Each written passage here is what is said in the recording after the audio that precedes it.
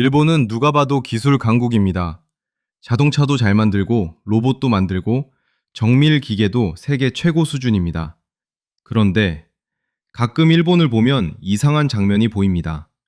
전 세계가 클라우드와 AI를 말할 때 일본에서는 아직도 팩스가 등장합니다. 코로나 때도 그랬습니다. 확진자 정보를 종이에 적고 팩스로 보내고 그걸 다시 사람이 확인했습니다. 여기서 이런 생각이 들죠. 아니, 일본 정도 되는 나라가 왜 아직도 이러지? 기술이 없어서일까요?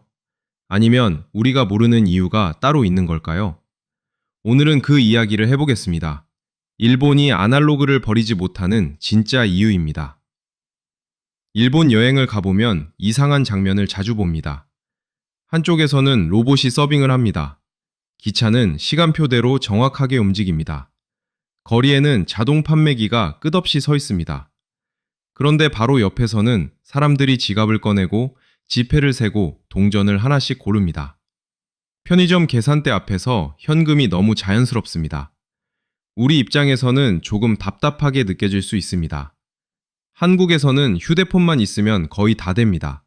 커피도 결제하고 택시도 부르고 등본도 뽑고 계약도 온라인으로 합니다.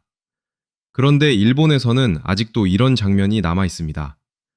회사원은 도장을 찍기 위해 회사에 갑니다. 공무원은 종이 서류를 넘깁니다. 은행에서는 신청서에 손으로 글씨를 씁니다. 팩스는 아직도 사무실 한쪽에서 종이를 뱉어냅니다. 이상하지 않나요? 기술 강국이라면서 왜 이렇게 아날로그가 많이 남아 있을까요? 많은 사람들은 이렇게 말합니다. 일본은 보수적이야. 일본은 변화를 싫어해. 맞습니다. 어느 정도는 맞는 말입니다.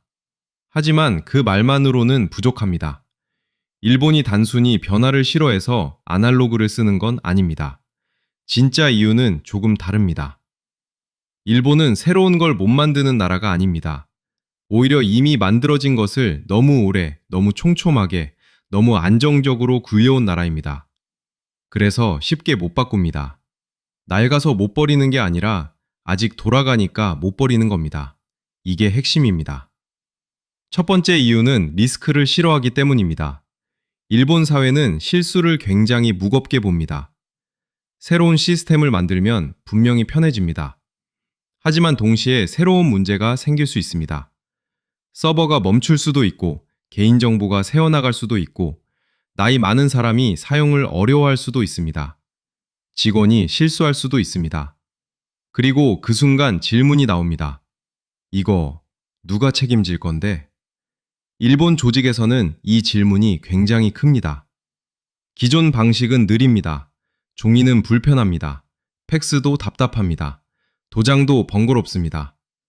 그런데 이미 모두가 사용법을 압니다. 종이에 적고 도장을 찍고 팩스로 보내고 파일철에 보관합니다. 느리지만 익숙합니다.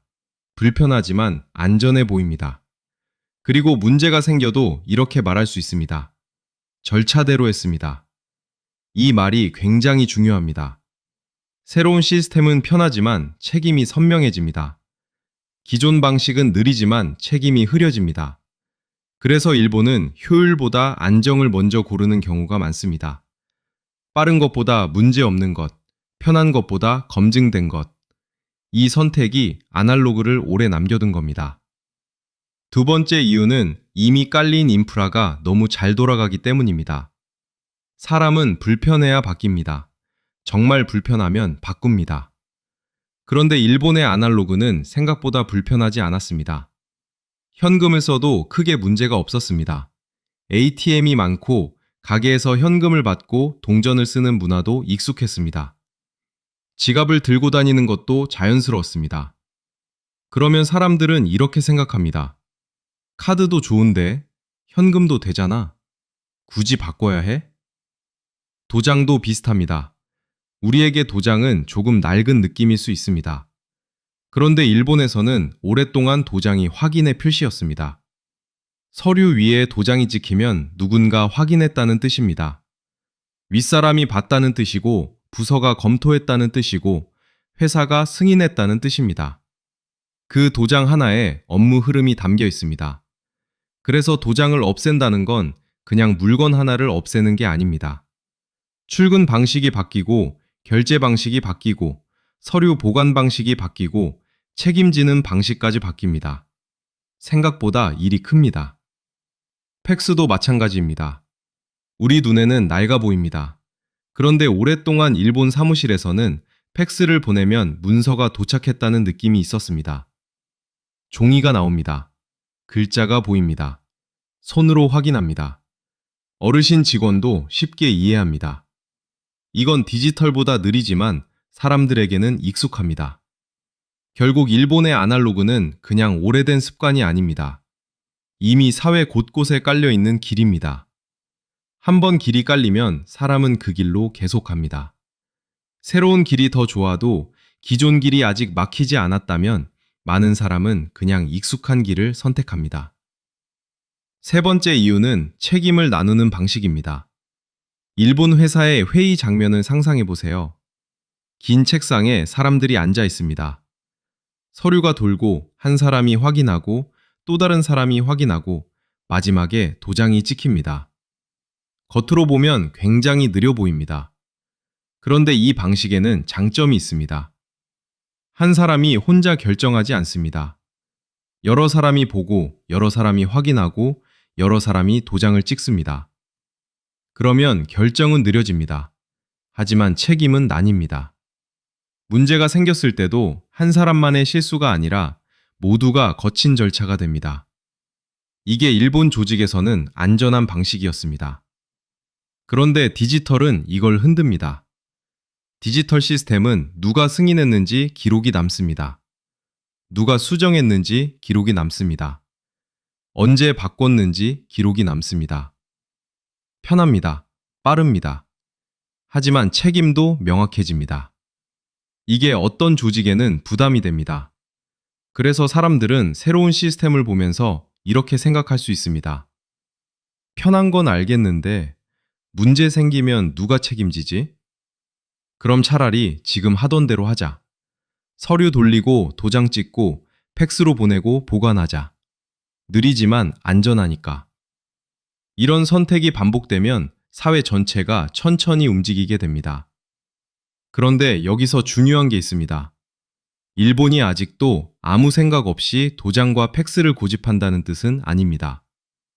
코로나 이후 일본도 바뀌고 있습니다. 오히려 코로나는 그동안 숨어있던 문제를 한 번에 드러냈습니다.